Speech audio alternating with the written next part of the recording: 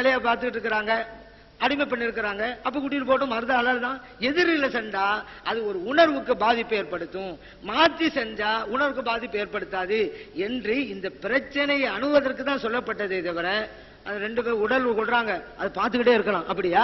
தொடைப்பகுதியை பார்க்க கூடாது மது சொல்லுமா, அதை எப்படி பார்க்க சொல்லும்?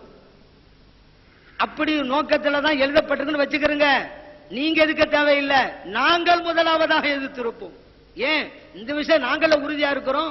தொடைப்பகுதி கூட மறைக்கப்பட வேண்டிய பகுதி அப்படிங்கிற நாங்கள உறுதியா இருக்கிறோம். அந்த அர்த்தம் தான். அப்படின்னா நாங்க தான் முதலாவதாக எதிர்ப்போம். நீங்க அவங்க எல்லாம் எதுக்க தேவையில்லை. இதுதாங்க அர்த்தம்.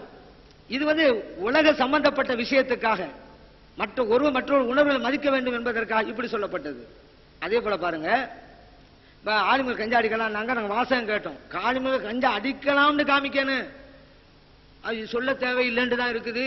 அதெல்லாம் இப்படி நாம் புரிகிறோம் அப்படிலாம் வைக்க கூடாது. அதுக்கு நாங்க சொல்லல, நீங்க அப்படி சொல்லலையே, இப்படி இருக்குது அதனால நாங்க புரிஞ்சோம் அப்படியே சொன்னீங்க. ஆலிமல் கஞ்சா அடிக்கலாம்ன்றீங்க, அப்படி வாசகத்தை காமிக்கணும். இப்படி மறைக்க வேண்டும், பாமரருக்கு சொல்லாதே என்ன அர்த்தம்? இவர் குடித்து கொள்ளலாம், நீங்க எல்லாம் விளங்குறீங்க, அது அங்கங்க இருக்கு. சரி, என்ன கஞ்சா மட்டும்தான் அவங்க சொல்லப்பட்டிருக்கு, கசகசா சொல்லப்பட்டிருக்குல்ல, அதுல கசகசா விஷயத்து உங்க விஷயம் என்ன? சமையலுக்கெல்லாம் யூஸ் பண்ணலாமா, யூஸ் பண்ணக்கூடாதா? கசகசா தான் அங்க வருது.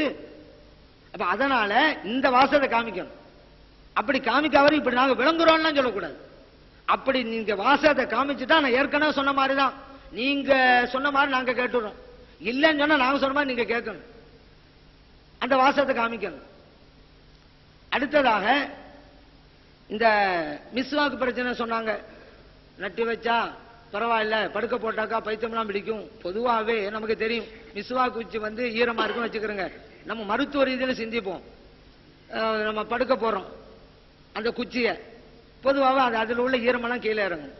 பொதுவாகவே தண்ணி ஒரு இடத்தில் தேங்கி கிடந்தா அங்க கிருமிகள் உருவாகும். அதனாலதான் இந்த தண்ணீர் எல்லாம் தேங்கி விட கூடாது கவர்மெண்ட் அப்போது அறிவிச்சுக்கிட்டே இருக்கும். மட்ராஸ்ல எல்லாம் சொல்லுவாங்க, தேங்க விடாதீங்க கிருமிகள் வரண்டு.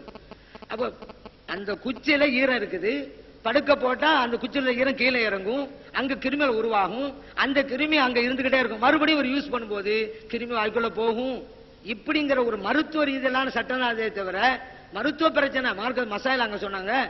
இது குர்ஆன் ஹதீஸ் இப்படி செய்யுங்கண்டு, தொழுகை நோன்பு சக்காத்து பிரச்சனையாது. ஒரு மருத்துவ இது நம்ம கூட பிரஷ் போறது கூட முறை சொல்லி தருவாங்க. இப்படி எல்லாம் இழுக்காதீங்க, மேலும் கீழுமாக தான் முறை சொல்லி தரேன் டாக்டர்லாம் சொல்றாங்க. அதுதான் ஈறுகளுக்கு நல்லது. அது என்ன மார்க்க பிரச்சனையா? உடல் கூறு பிரச்சனை. இமாம்கள் மார்க்க பிரச்சனை சொன்னது மாதிரி கிதாபுகள்ல மருத்துவ பிரச்சனை சொல்லி இருக்கிறாங்க. இல்ல இப்ப நீங்க என்ன செய்யணும், அப்படியெல்லாம் படுக்க போட்டு கிருமிகள் உண்டானாலும் எந்த தாக்குதலும் ஏற்படாது அப்படின்னு சொன்னா மருத்துவ ரீதியில நீங்க நிரூபணம் செய்யணும். ஏன்னா இது மருத்துவ பிரச்சனை. நீங்க உண்டாகாதுமீங்க, நான் உண்டாகுமா யார் நிர்ணயிக்கிறது? மருத்துவர்கள். மருத்துவர்களுடைய கருத்தை கொண்டு வாங்க. இப்படியெல்லாம் வச்சு கிருமி உண்டானாலும் இது ஏற்படாதுன்னு நீங்க சொல்லுங்க. அது உண்மைன்னு சொன்னா ஒப்புக்கொள்றோம். இல்ல நாங்களும் மருத்துவர்கிட்ட கேட்கிறோம், அது என்ன அப்படின்னு தெரிஞ்சுக்கிட்டு ஒப்புக்கொள்ளும். இது மருத்துவ பிரச்சனை, நீங்க சொன்னீங்கன்னால நாங்க ஒப்புக்கொள்ள தேவையில்லை. மருத்துவ பிரச்சனை மருத்துவ ஆதாரத்தோடு நீங்க நிரூபிக்க வேண்டும். இது மார்க்க மசாயில்கள் பிரச்சனை அல்ல. ஒரு ஆள் விரும்பினா எடுக்கலாம், விரும்பினா ஏற்றுக்கொள்ளாம போலாம். உடல் கூறு விஷயத்தை அவரவர் இஷ்டம். ஆனால் ஆய்வு செய்ய சொல்லி இருக்கிறார்கள். அது இப்ப இதெல்லாம் எப்படி இல்ல இல்லங்கிறீங்க? இதுதான் ஏற்கனவே சொன்னல, இதுதான் உண்மைங்க. இப்படி ஒவ்வொன்னா நம்ம எடுக்கலாம். அதுக்காக தான் கேட்டோம், தரல. ஆனாலும் அறவே சொல்லாம இருந்தா நீங்க என்னமோ நினைச்சுக்கிறோம். ரெண்டு மூணு சொல்லிட்டோம். ரொம்ப பெருசா சொன்னது கண்கூட பார்க்கலாம்னு சொல்லிதான். அப்படி எந்த இமாம் சொல்ல மாட்டாங்க, ஏன்னா தொடைப்பதை பார்க்க கூடாதுன்னு சொன்னவங்க இமாம்கள். இது மட்டும் எப்படி சொல்லிருப்பாங்க? வேற இடத்துல அப்படி பார்க்கலாம். இது மட்டும் இது இப்படி சொல்லப்பட்டது. மாயனத்துங்கிற வார்த்தை இருக்குது, அதை வச்சுக்கிட்டு அப்படின்னா நேரா பாக்குறதானே, அது கண்ணெதிரில் நடந்தது அப்படின்னு சொன்னா, ஒரு ஆளு அவன் சிறையை கழித்தான் என் கண்ணெதிரின்னு சொன்னா அவன் டாய்லெட் தான் போயிருப்பான். அப்படிதான் வழங்கணும். அதனால இவனுக்கு முன்னாலும் கழிச்சு பாத்துக்கிட்டே இருந்தோம்னு அர்த்தமா? இடத்துக்கு தகுந்தவாறு அர்த்தம் செய்யணும். இப்படி இதுல நீங்க புரிஞ்சுக்கிறங்க ஒவ்வொன்னா. அடுத்ததான் நம்ம பல கேள்வி வச்சோம். உஸ்மான் ரலியல்லாஹு அன்ஹு, உமர் ரலியல்லாஹு அன்ஹு இவங்க எல்லாம் மார்க்கத்துக்கு முரணா செஞ்சாங்களே, எப்படி நம்ம வச்ச கேள்விக்கு பதில் வரல. அவங்க எல்லாம் தியாகம் செஞ்சாங்க, அதனாலதான் அப்படி சொர்க்கத்துக்கு போறாங்க அப்படிலாம் இவங்க சொன்னாங்க. அந்த தியாகத்தினுடைய அளவு என்ன? குர்ஆன்ல இருக்கா, ஹதீஸ்ல இருக்கா? அதை சொல்லணும். அப்ப நான் கேட்டது அவங்களுடைய ராவி அவங்களுடைய அறிவிப்பை ஏற்றுக்கொள்ளலாம்னு வச்சோமே, அதுக்கு என்ன பதில் இல்ல. அதே போல நீங்க 1994 வரைக்கும் ஜும்மாவுக்கு முந்தின சொன்னது இல்ல. நீங்க இப்ப இருக்கு நீங்க இடைப்பட்ட காலத்தில் உங்களை பின்பற்ற உலகத்துக்கு போயிட்டாங்களே, அவங்க மறுமையில பாதிக்கப்படுவாங்களே, அதற்கு உங்க நிலை என்ன? நீங்க இங்க சொல்லலாம் இப்பதான் ஹதீஸ் கிடைச்சிச்சு வாபஸ் வாங்கிட்டோம். இதை நம்பி மரணித்தவருடைய நிலைமை என்ன? அதே போல பன்றி மாமிசம் சம்பந்தமா சொன்னீங்களே, சொல்வதற்கு வெக்கமா இருக்குது. நான் வாபஸ் வாங்கிட்டேங்கிறீங்க, வாபஸ் வாங்குறதுக்கு முன்னால மரணித்தவருடைய நிலைமை என்ன? இப்ப வாபஸ் வாங்கன்னு சொல்லலாம், அந்த மனிதனுடைய நிலைமை என்ன அதை சொன்னீங்களா நீங்க? அதே போல தொடை மறைக்கப்பட வேண்டிய பகுதி அப்படிங்கறத 1987 சொன்னீங்க, இப்ப சொன்னீங்க மறைக்க வேண்டாங்கிறீங்க. இந்த ரெண்டுக்கு மத்தியில் உள்ள நிலை என்ன? அப்ப ஒழுங்கான ஆய்வு செய்கின்ற பக்குவம், திறமை, ஆற்றல் குர்ஆன் ஞானம் இல்லை. அஸ்ஸலாமு அலைக்கும். அன்புக்குள்ள சகோதரர்களே, கிதாபுகள்லாம் எடுத்து காட்டணும்னாங்க.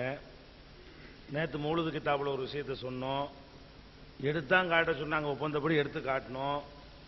வாட்சி காட்ட சொல்லலை, ஒப்பந்தத்தில் இல்லை, பதில் சொன்னாங்க. இப்போ இவ்வளவு கிதாபையும் கொண்டு போய் கொடுத்தோம், எல்லாரும் பார்த்துக்கிட்டு இருந்தீங்க. ஒவ்வொன்றிலையும் பேப்பர் வச்சிருக்கோம், அடையாளம் எது எது சொன்னமோ அவ்வளோயும் கொண்டு கொடுத்து ஓப்பன் பண்ணி கூட பார்க்கல, திருப்பி கொடுத்துட்டாங்க. இந்த இருக்கு கொடுக்கப்பட்டது, போன அமர்வில் கொடுக்கப்பட்டது, எடுத்து பார்த்து சொல்லணும். அப்போ இது பதில் இல்லாததுனால தான் மழுப்புறாங்கிற நல்லா விளங்கிறது. சரி, அரபி வாய்ச்சி சொன்னாங்களே அதுகளுக்கு சொல்லலாம்ல, அதுக்கும் சொல்லலை. அதே நேரத்தில் அறவே பதில் சொல்லாமல் இருந்தாங்கன்னு வைக்க, அதை ஒத்துக்கலாம். ரெண்டு விஷயத்துக்கு சொல்றாங்க, யோசிச்சு ஐடியா பண்ணியிருக்காங்க, அது நாங்கள் அரபியில் வாய்ச்சி சொல்லலை.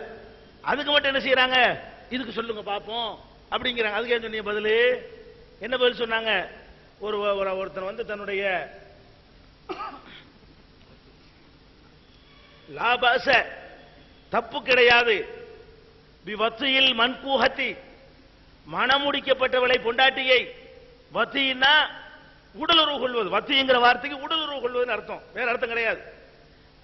முஆயனத்தில் அமத்தி அடிமை பெண்ணுக்குடைய கண்ணுக்கு முன்னால், முஆயனத்தினா கண்ணுக்கு முன்னால், அவர் கண்ணு எதிரேன்னு அவங்களும் சொன்னாங்க அர்த்தம். அப்படி ஒண்ணு இல்லைன்னு சொல்லிவிட்டு அப்புறம் அவங்களே மாட்டிக்கிட்டாங்க. அப்ப திருமணம் செய்யப்பட்டவளை மனைவியை உடலுறவு கொள்வது லா பஅஸ, லான்னா இல்லை, பஅஸ்னா தப்பு, விவத்தினா உடலுறவு கொள்வது, மன்குஹத்தினா பொண்டாட்டி, விமுஆயனத்தினா கண்ணு கண்ணு நேருக்கு நேராக, அமத்தினா அடிமை, முத்ததை சேர்த்தா என்ன? லா பஅஸ தப்பு இல்லை, விவத்தியில் மன்கூஹத்தி திருமணமானவளை பொண்டாட்டியை உடலுறவு கொள்வது, விமுஆயனத்தில் அமத்தி அடிமை பண்ணு பாக்குற மாதிரி. இப்படி ஒண்ணு இருந்தா கொளுத்துறேன்னாங்கல்ல, நீங்க காசு கொடுத்து வாங்கினா கொளுத்த வேணாம், எங்க காசு போனாலும் போயிட்டு அடையாளத்தை கொளுத்தி காட்டிருங்க. இந்த இருக்க அந்த கிதாபுகள்லாம் எங்க கிதாபு போனாலும் போயிட்டு தேவையில்லை, எங்களுக்கு ஒரு குப்பை. நீங்க என்ன செய்யுங்க, அதை கொளுத்தினால் நாங்கள் அனுமதிக்கிறோம். அடுத்து என்ன? அப்புறம் சில வாதங்களை வைக்கிறாங்க. என்ன வாதம்? மதுஹப் பிளவுபடுத்துகிறது அப்படின்னு சொன்னாங்க. உங்களுக்கு தானே பிளவு இருக்குது, மதுஹப்பை பின்பற்ற வேண்டும்னு நீங்க சொல்றீங்க, நாங்க எங்களை பின்பற்றணும்னு சொல்லியிருக்கிறோமா? தலைப்புல இருக்குதா? தலைப்புல என்ன இருக்கு? எங்கள் தலைப்பை வாசி காட்டினார். இப்போ ஒரு தடவை வாசி காட்டினார். அதுல என்ன இருக்கிறது? மதுஹப் தலைப்பு, எங்கள் தலைப்பு, தமிழகத்தில் நடைமுறையில் உள்ள ஷாஃபி ஹனபி மதுஹப்களின் சட்ட நூல்களில் குர்ஆன் ஹதீஸுக்கு முரணானவையும் குர்ஆன் ஆதாரமோ ஹதீஸின் ஆதாரமோ இல்லாத ஏராளமான விஷயங்கள் உள்ளன. எனவே மதுஹப்களை பின்பற்றக்கூடாது எனவும், இஸ்லாத்தின் அடிப்படையான குர்ஆனையும் ஹதீஸையும் மட்டும் பின்பற்ற வேண்டும் என்பதும், மற்ற எந்த அமைப்பையோ, எங்கள் அமைப்பு உள்பட எந்த அமைப்பையோ குழுவையோ தனி நபரையோ பின்பற்றக்கூடாது, எங்களையும் நீங்கள் பின்பற்றக்கூடாது. சொல்ற செய்திக்கு குர்ஆன் ஆதாரம் இருந்தா எடுத்துட்டு போங்க, குர்ஆன் இருக்கிறதுனால. ஹதீஸ் ஆதாரம் என்ன எடுத்துக்கிறோம். மதுஹபை பத்தி அப்படியா நீங்க சொல்றீங்க? மதுஹபை பின்பற்றணும்ங்கறீங்க, இந்த குப்பையை பின்பற்றணும்ங்கறீங்க. நாங்க எங்களையும் பின்பற்ற வேணாம், உங்களையும் பின்பற்ற வேணாம், ஒத்தரையும் பின்பற்ற வேணாம், அல்லாஹ் ரசூல் சொல்ல மட்டும் கேளுங்க. அப்ப நீங்க இது ரெண்டையும் கம்பேர் பண்ணி பேசலாமா நீங்க என்பது உங்கள்ட்ட கவனத்துக்கு வர்றேன். அடுத்து என்ன? சில விஷயங்களை மௌலூது இவரே ஏற்கனவே ஓதுனார், நான் ஓதுனேன் சொல்லி காட்டுறாங்க. ஏற்கனவே ஓதுனாரு, பிறகு மேடையை போட்டு தௌபா செஞ்சுட்டேன்றாரு. தௌபா செஞ்சா போதுமா? உங்க சொல்ல கேட்டு நிறைய பேர் ஓதிருப்பாங்களே, அவங்களாம் மூத்த போயிருப்பாங்களே, அவங்க நரகத்துக்கு போயிருவாங்களே. அற்புதமான வாதத்தை வைக்கிறாரு. நான் கேட்கிறேன், ஏற்கனவே ஒரு தவறை செஞ்சுட்டு அறியாம காலத்தில் மதரசாவில் குப்பையை படிச்ச காரணத்தினால தவறான விஷயங்களை தெரிஞ்சுட்டு குர்ஆன் ஹதீஸை படிக்க ஆரம்பிச்சோம், உண்மையை தெரிஞ்சு நாங்க ஒத்துக்கிட்டோம். இதை தப்புங்கிறீங்கன்னா, உங்க மதுஹப்கள்ல ஷாஃபி